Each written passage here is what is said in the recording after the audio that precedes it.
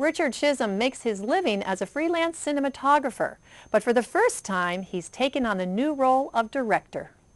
As a cinematographer, a lot of camera people like me are sort of backseat drivers, and we say, well, if I made my own film it would be such and such, and so I think there's always something itching to do an independent film within those of us that work in the film industry, and it's very hard to do.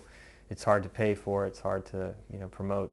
Chisolm teamed up with Sheila Kincaid and David Grossback to make Cafeteria Man, a compelling documentary about a man named Tony Geraci who kick-started school lunch reform in Baltimore's urban school districts.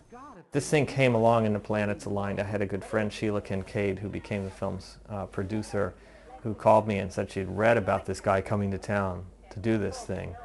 And as Baltimoreans, we thought this is outrageous optimism, and we thought, what an interesting film. Even if it doesn't work, it'll be an interesting film to see this guy try to do it. The film follows Geraci's efforts to put into action a multifaceted plan that would feed students healthy, locally sourced meals, teach them nutritional awareness, and offer them training and vocational opportunities in the culinary world. He's just this incredibly funny, charming man who is completely about people and about, especially about kids, and about the potential for change. He's an idealist, kind of an evangelist, who really wants to make life better, and to be around him is just kind of wonderful. Mr. Tony? These are scallion flowers, all right? Aren't those awesome? They look beautiful, huh? Are we not the best team ever? Everybody. High fives. High fives, high fives, high fives.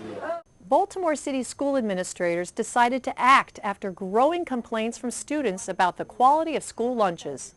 The reason that Tony Geraci got hired and came to Baltimore was partly because these students had embarrassed the system by taking their school food to the board and saying, you try to eat it. And then they said, oh, we better hire somebody to change this thing. Studies from the U.S. Department of Agriculture have shown that the poor quality of school lunches is contributing to the obesity epidemic among young people. The goal of the film is to open up dialogue about what school children are being fed in this country and how to change it. The subject of school food reform is one of the topics in our culture right now that deserves to be talked about. It's a huge problem. It's not the worst problem maybe, but so it's something that everybody cares about in one way or another. It's something that has to do with the future of the country and about human health, about disease control, about poverty, about race. It touches everything. And so if somehow we can change the way that kids are being fed at school, and in the next 10 or 20 years, it can actually turn around a lot of social problems that are connected to it. The filmmakers decided to shoot the documentary cinema verite style.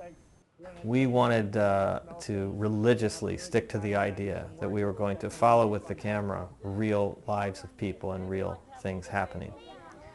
Yes, it's subjective. All documentaries make choices, and there's no such thing as objectivity. Everything's a fiction in a way. But we decided not to buy into any of the formulas of documentary films that we thought were boring. We filmed what we thought was really happening in front of us, and we edited to try to make that footage make sense without any kind of outside influence. Chisolm has been traveling across the country screening the film. And it premiered at the Maryland Film Festival and sort of nationally at Silver Docs. And then it's been, since that time, the last few months, it's been at 9 or 10 other regional and national film festivals, and it continues to be invited to film festivals in the next few months probably. In addition, we've had all kinds of screenings at symposia and at educational institutions and food advocacy groups that want to see the film, and private screenings and public screenings. So it's not just film festivals, but also the people who are most engaged in the content want to see the film and talk about it. Discussions following the film screenings have been positive and encouraging. People are really interested in the topic, especially, parents and people involved in education.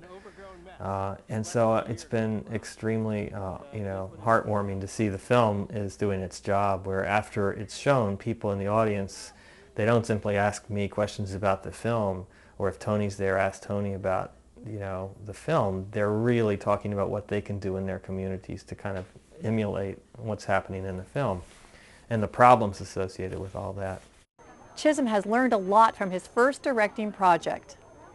To see somebody like Tony come into a system and actually have some idealistic optimism about it, how to make it better, and to have this be a contagion that people pick up on and actually want to be a part of, is something I learned about it, because I was very cynical before the film and I didn't think that was actually possible.